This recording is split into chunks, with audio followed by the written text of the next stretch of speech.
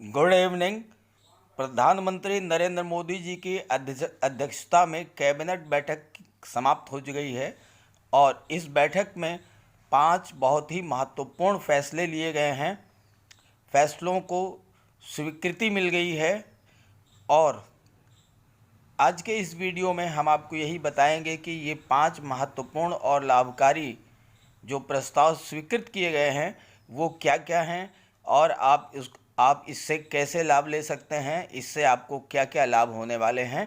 तो चलिए वीडियो शुरू करते हैं। लेकिन अगर आप मेरे चैनल को पहली बार विज़िट कर रहे हैं तो प्लीज़ इसे सब्सक्राइब कर लीजिए ताकि इसी तरह की लेटेस्ट अपडेट्स और नई नई जानकारियाँ आपको लगातार मिलती रहें। तो चलिए वीडियो शुरू करते हैं।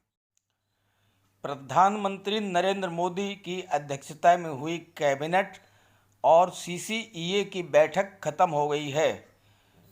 सूत्रों के मुताबिक कैबिनेट ने 5 प्रस्तावों को मंजूरी दी है। कृषि इंफ्रास्ट्रक्चर के विकास के लिए 1 करोड़ रुपए के एग्री इंफ्रा फंड को मंजूरी मिल गई है। इसके अलावा पीएम मोदी द्वारा घोषित गरीब कल्याण अन्न योजना को भी नवंबर तक के लिए मंजूरी मिल गई है। कारोबारियों और कर्मचारियों के फ़ायदे के लिए 24% ईपीएफ मदद को भी मंजूरी मिली है और वहीं उज्ज्वला योजना के तहत फ्री एलपीजी सिलेंडर योजना के एक्सटेंशन को भी मंजूरी दी गई है और इसके साथ साथ कुशीनगर हवाई अड्डे के को भी मंजूरी इस कैबिनेट बैठक में मिली है। तो आइए जानते हैं, एक एक पॉइंट को विस्तार से डिस्कस करते हैं कि आपको कैसे इसमें लाभ मिलेगा। सबसे महत्वपूर्ण योजना जो है वो है गरीब कल्याण अन्न योजना। इसके विस्तार को मंजूरी मिल गई है। कैबिनेट बैठक में गरीब कल्याण अन्न योजना को नवंबर तक बढ़ाने पर कैबिनेट की मंजूरी मिल गई है। कोरोना संकट के बीच मोदी सरकार नवंबर तक 80 करोड़ लोगों को मुफ्त राशन बांट रही है। प्रधानमंत्री नरेंद्र मोदी ने हाल ही में इसकी घोषणा की है। ये राशन प्रधानमंत्री गरीब कल्याण योजना के तहत बांटा जा रहा है। मार्च महीने में सरकार ने प्रधानमंत्री गरीब कल्याण पैकेज के हिस्से के रूप में प्रधानमंत्री गरीब कल्याण अन्न योजना का ऐलान किया था। सरकार इस योजना के तहत लोगों को बीते 3 महीने से मुफ्त राशन बांट रही है और अब इस योजना को नवंबर तक के लिए बढ़ा दिया गया है। इसका मतलब ये है कि नवंबर तक मुफ्त राशन मिलेगा। अब ये जान लीजिए कि नवंबर तक जो मुफ्त राशन मिलेगा उसकी मात्रा कितनी होगी। योजना के तहत राष्ट्रीय खाद्य सुरक्षा योजना के 80 करोड़ से अधिक लाभार्थियों को अगले 5 महीने तक 5 किलो अनाज और 1 किलो चना मुफ्त मिलेगा। जो राष्ट्रीय खाद्य सुरक्षा योजना के तहत कार्ड पर आपको राशन मिल रहा है वो तो मिलेगा ही मिलेगा, उसके अतिरिक्त 5 किलो अनाज और 1 किलो चना मुफ्त में मिलेगा। इससे 80 करोड़ से ज़्यादा लाभार्थियों को आने वाले कृषि और त्योहारी के सीजन में बढ़ने वाले खर्चों से काफ़ी राहत मिलेगी। अब आइए जान लेते हैं दूसरे महत्वपूर्ण प्रस्ताव के बारे में। कारोबारियों और कर्मचारियों को तोहफा। कैबिनेट ने कारोबारियों और कर्मचारियों को 24% ईपीएफ सपोर्ट को मंजूरी दी है। पीएम गरीब कल्याण पैकेज के तहत जिन कंपनियों में 100 कर्मचारी मौजूद हैं और इनमें से 90% कर्मचारी 15,000 रुपये से कम महीने में कमाते हैं, तो ऐसी कंपनियों और उनके कर्मचारियों की ओर से ईपीएफ में योगदान मार्च से लेकर अगस्त 2020 तक के लिए सरकार की ओर से दिया जा रहा है। मई महीने में वित्त मंत्री निर्मला सीतारमण ने प्रधानमंत्री गरीब कल्याण योजना के तहत 3 महीने के लिए बेनिफिट्स को बढ़ाने की घोषणा की थी, जहां सरकार ईपीएफ योगदान का पूरा 24% अगस्त तक भरेगी। इससे 3.67 लाख नियोक्ताओं को और 72.22 लाख कर्मचारियों को राहत मिलेगी।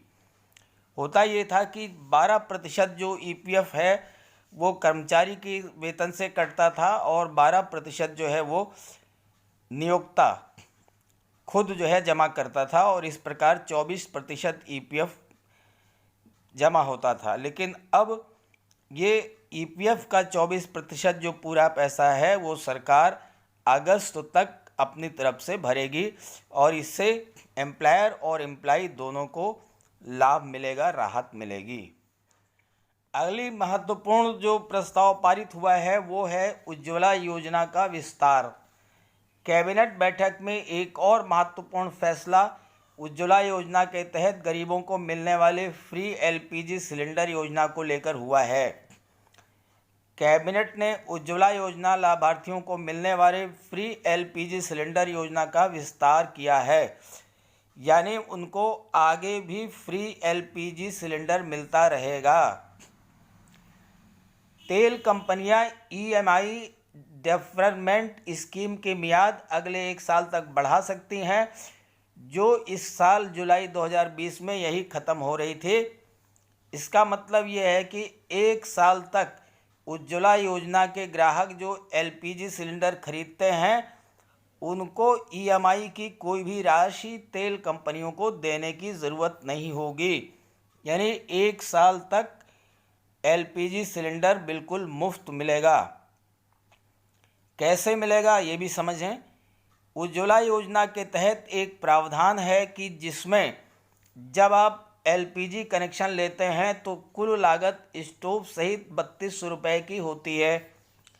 1600 रुपये की सब्सिडी सीधे तौर पर सरकार की तरफ से दी जाती है और बाकी 1600 की रकम तेल कंपनियां देती हैं, लेकिन ग्राहकों को ईएमआई के रूप में ये 1600 राशि जो है तेल कंपनियों को चुकाना होता है। अब ये जो 1600 रुपये की राशि है, ये जो सब्सिडी आपको मिलेगी एलपीजी सिलेंडर पर उसी से एडजस्ट हो जाएगी और इस तरह से सिलेंडर बिल्कुल आपको मुफ्त में मिलेगा।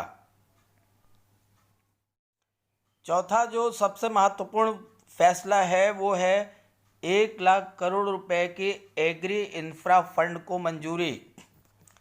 कैबिनेट ने कृषि में इंफ्रास्ट्रक्चर के विकास के लिए 1 लाख करोड़ रुपए के एग्री इंफ्रा फंड को मंजूरी दी है।